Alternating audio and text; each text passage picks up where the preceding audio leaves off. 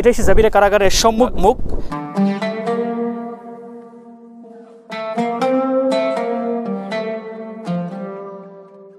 دعا رسول الله صلى الله عليه وآله وسلم لمصر فقال اللهم بارك في بنها وفي عسلها اللهم آمين।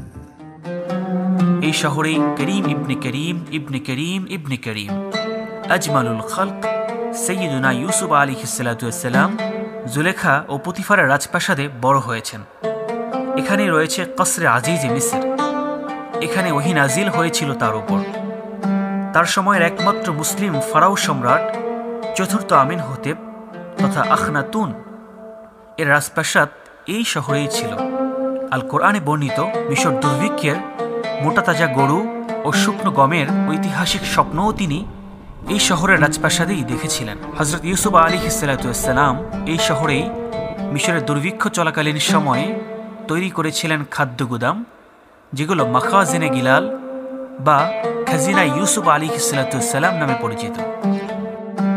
আপনাদেরকে আমরা এখন নিয়ে এসেছি ইউসুফ আলাইহিস সালাতু ওয়াস সালামের সেই ঐতিহাসিক জাবিরা কারাগারে, যেখানে বিদঈ সিনিন 7 কিংবা 12 বছর অবস্থান করেছিলেন আজিজে মিসর। ভূপৃষ্ঠ থেকে 35 মিটার মাটির গভীরে অবস্থিত এই সিজনে ইউসুফ আলাইহিস সালাতু ওয়াস সালাম, যেখানে ওহী নিয়ে আগমন করেছিলেন হযরত জিবরাইল আলাইহিস সালাতু ওয়াস সালাম, এই জেলখানাকে বলা হয় মুস্তাজাবুদ দাওয়া তথা দোয়া কবুলের স্থান।